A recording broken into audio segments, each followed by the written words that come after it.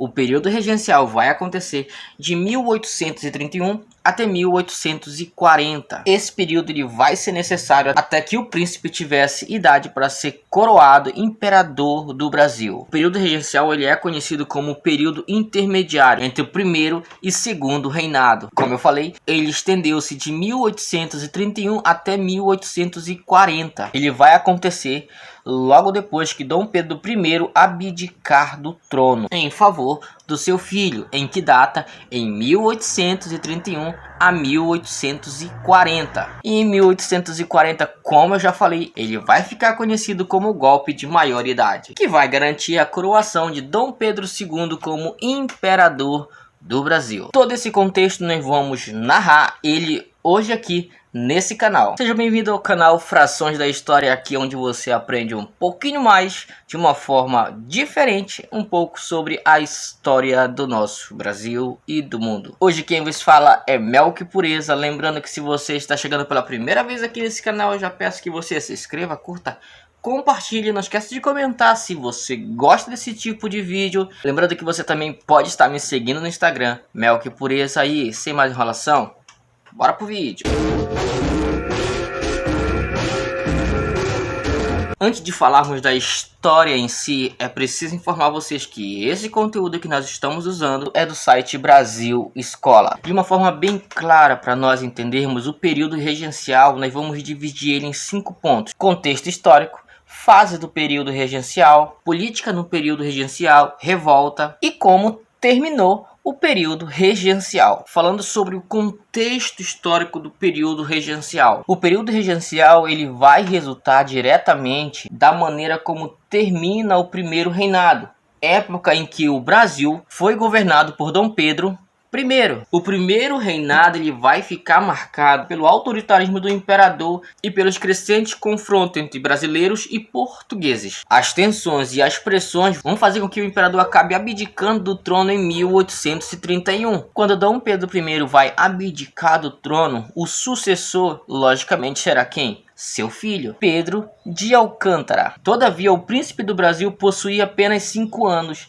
e por lei ele não poderia ser coroado imperador do Brasil até que completasse a maioridade, que só seria alcançado quando ele tivesse 18 anos de idade. Dessa forma, a saída legal que constava na Constituição de 1824 era de fazer um período de transição em que os países seriam governados por regentes. Aí você me pergunta, mas como assim Constituição de 1824? O que seria essa Constituição de 1824? De uma forma bem resumida, a Constituição de 1824, ela vem ser outorgada em 25 de março de 1824 e vem ser a primeira Constituição do Brasil que vem ser elaborada para atender o interesse do imperador Dom Pedro I, para que ele não viesse ter o seu poder limitado pelo legislativo. Então essa Constituição ela vai ser elaborada, ou ela foi elaborada, por um pequeno conselho, depois que a carta proposta pela Constituição havia sido rejeitada pelo imperador.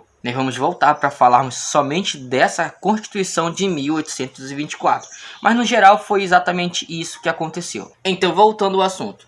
Pedro de Alcântara não poderia assumir. Quem era Pedro de Alcântara? Filho de Dom Pedro I. Até que inteirasse a maioridade, 18 anos. Então o Brasil ele vai ter esse período intermediário, ao qual vamos chamar de período regencial. Por quê? Porque o Brasil vai ser governado, vai ser administrado por regentes. Só que esse período deveria ter acontecido só até 1844, que era quando Pedro de Alcântara completaria ou completou 18 anos. Mas seu fim vai ser antecipado para 1840. Por meio de um golpe parlamentar. Entendido essa questão, agora nós vamos falar um pouquinho sobre as fases do período regencial. O período regencial ele vai ter uma duração, ele vai ter uma fase bem pequena, ele vai durar apenas 9 anos. De forma que ao longo desse período o Brasil ele vai possuir 4 regências diferentes, as quais podem ser utilizadas como marcos divisórios do período regencial. Os 4 períodos regenciais serão: regência trina provisória, que vai acontecer em 1831, regência trina permanente, que vai acontecer de 1831 até 1834, regência una de Feijó,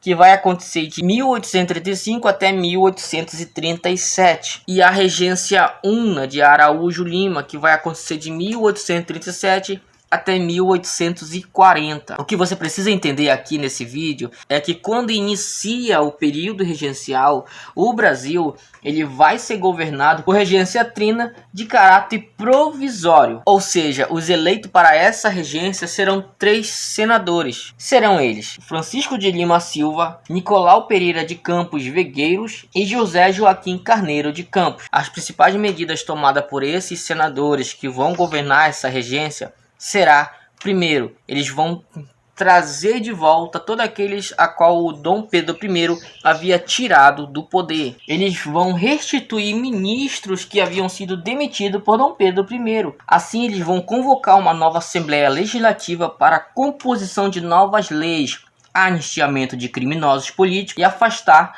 do exército estrangeiro. A regência trina ela vai ter uma duração bem curta, uma vez que a política brasileira estava tumultuada e uma série de distúrbios espalhava-se pelo país, ou seja, uma série de caos. Dessa forma, em junho de 1831, vai ser eleita a regência trina permanente, que será composto por José da Costa Carvalho, João Braulio Muniz e Francisco de Lima e Silva. Durante o período da regência trina permanente, vai haver 3 grandes acontecimentos. Um deles será a criação da Guarda Nacional, que será uma força pública composta por homens eleitores com idade de 21 a 60 anos de idade. Essa força ela vai ser criada com o intuito de evitar manifestações e também impedir que revoltas acontecessem durante aquele período. Outra medida que também merece destaque será uma nova reforma no poder moderado, ou seja, eles vão retirar as atribuições desse poder